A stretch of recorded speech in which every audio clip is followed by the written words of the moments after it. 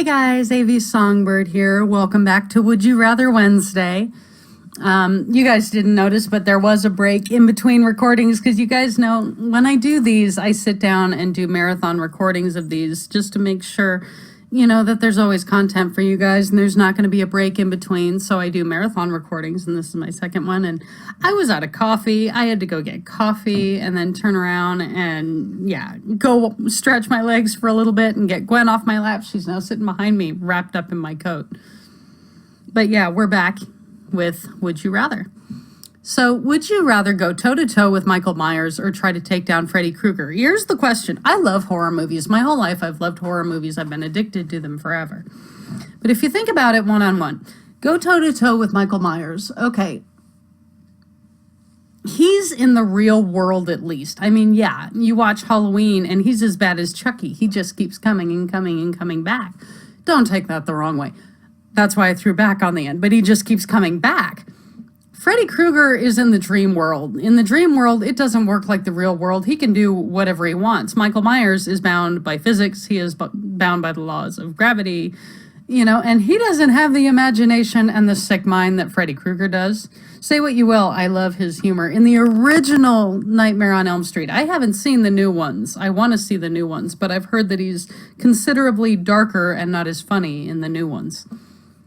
But, yeah, Michael Myers at least is bound by reality. The whole Freddy Krueger thing in your dreams, I would rather go toe-to-toe with Michael Myers. Would you rather fight a shark with bear arms or fight a bear with shark arms? Okay, a big part of what makes a bear scary is teeth and claws, okay? And its arms can pull you into its teeth. If a bear has shark arms, it's got fins because sharks don't have arms. So it would have, like the Tyrannosaurus Rex problem. I would rather fight a bear, bite a bear. I don't want to bite a bear. I would rather fight a bear with shark arms because then you could get away from it. It couldn't climb up a tree after you. You could get up there and call for help, or you could get up there and if you have a gun, you could shoot it. Or, I would rather fight a bear with shark arms. Because if you have a shark with bear arms, the biggest part of what makes a shark scary is its mouth and its teeth. And if it has bear arms so it can pull you in towards its teeth, it makes it twice as scary. So that's not happening. Yeah. Geneticists, stay the hell away from that mixture. Would you rather wear nothing but jeans or wear nothing but shorts? There's perverts out there going, do you only wear jeans or shorts and nothing else? Yeah, I can hear you out there, you perverts. Would you rather wear nothing but jeans or nothing but shorts? Back when I was in high school, I had a pair of red cutoff shorts that I used to wear all the time, and I used to roller skate all over the place. I loved those shorts. I had a neighbor across the street who used to trip all over himself when he saw me in those, and it was always a good feeling because I could go out there and roller skate and know he'd be out there going. But, as I get older, I'm getting more modest the older I get, which is funny. And I hear everyone out there thanking God because I'm a housewife and I wear my jeans. So I'm getting more modest as I get older. I'm not giving up the V-necks because screw that. I love V-neck sweaters. But I'm getting more modest as I get older. So I would go with the nothing but jeans. And shirts, of course, because it's not just jeans. And I'm with the majority. Because, yeah, I'm not as comfortable with my legs in shorts as I used to be. I've answered this one once before, so I'm going to go ahead and... Would you rather be Chinese or Japanese? If you guys don't know this one, I did say Japanese because my husband's actually been to Japan and said he'd love to go back there. I would love to go to Japan. I've heard it's an amazing place to go. China would be a cool place to go too, but my husband's always wanted to go to Japan, and he's met people from Japan, and, it would be really cool. I'm not getting political and I'm not racist, so don't try to put anything into it. Would you rather never listen to music again or never play video games again? Ooh. Well, if I never played Minecraft or The Sims again or ever played video games again, that means I would have more time to write. If I had more time to write, I would actually not have the distraction, so I would finish the trilogy I've been working on and finish all the things I'm working on. so I could get them out sooner. You know, video games are so distracting and they're so fun. I love to play video games, but at the same time, my name is Songbird, and I know there's a lot of people out there that go, well, when I hear Songbird, why isn't your channel all music? It's a lot of music. You know, my mom, when she was pregnant with me, she played music all the time. She never stopped playing music. When I was growing up, there was always music in the house. I taught myself how to play a little bit of keyboards. I mean, I want to learn how to play other instruments. I was in choir. I'm always singing. I'm always around music. And when I'm writing, I have music playing all the time to inspire scenery in my head and to help me write. And when I'm trying to set tones for certain scenes, I play music in the background when I'm thinking to help me visualize it better. I'm a very visual thinker, and music helps me with that. So as far as affecting my writing in positive ways and helping it out, I would rather give up the video games than music. It means, would you rather never? So I would rather never play video games again than never listen to music. And I'm with the majority. Oh, wow. I think I answered this one before. Would you rather have 2 million YouTube subscribers or have 1 million Twitter followers? Okay. I have a YouTube and I have a Twitter. The thing is, all the videos that you put on YouTube, I put a lot of work into the videos I put on YouTube. I made my own intro. I made my own outro. I write all the songs and stories and poems. I do all the commentary myself, you know, and the work myself. So if I have 2 million YouTube subscribers, that means that there's 2 million people out there that like the message I'm putting out, you know, because my message is you should be yourself. You should be individual and creative and different and embrace your individuality. You know, I would love to have 2 million people out there that got what my message was and believed in it and actually followed it and found inspiration in it, than to have 1 million Twitter followers, because people will just follow you just because, you know, if they like your picture or if they like that tweet you put out one time, you know, 6 months ago, they may follow you and forget you're ever there. You know, so much of Twitter gets buried because of so much spam and bots and everything.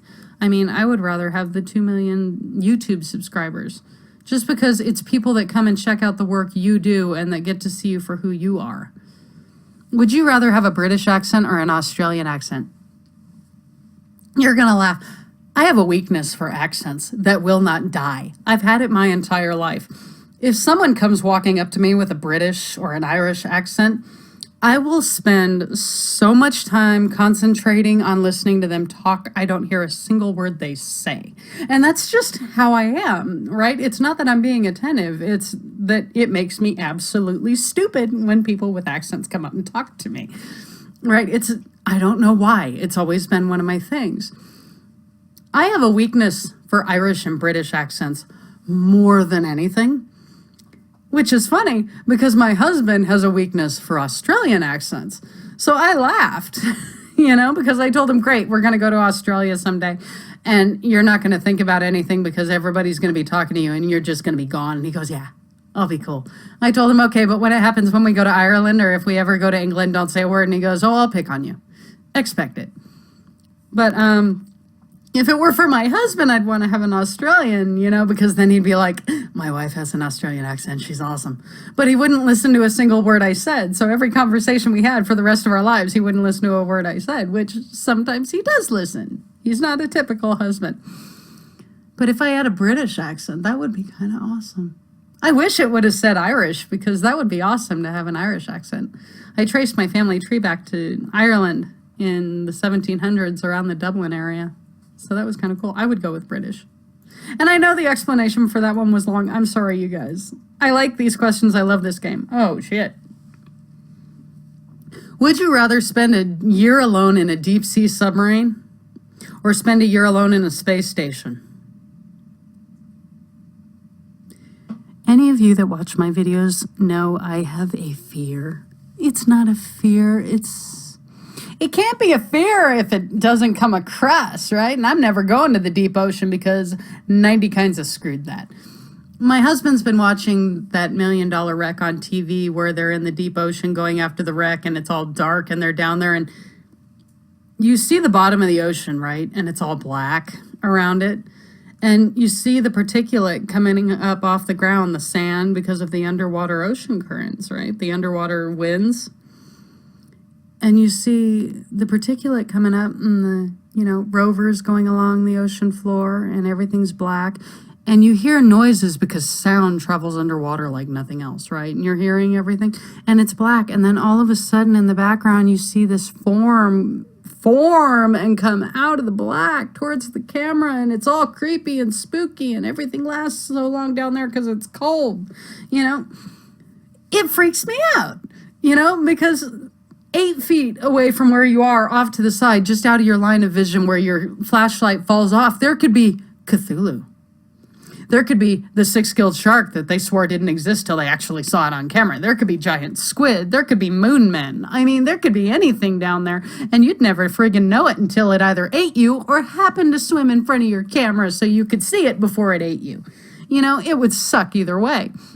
Now, if you spend a year alone in a space station, you're not in the ocean. You're up in the air.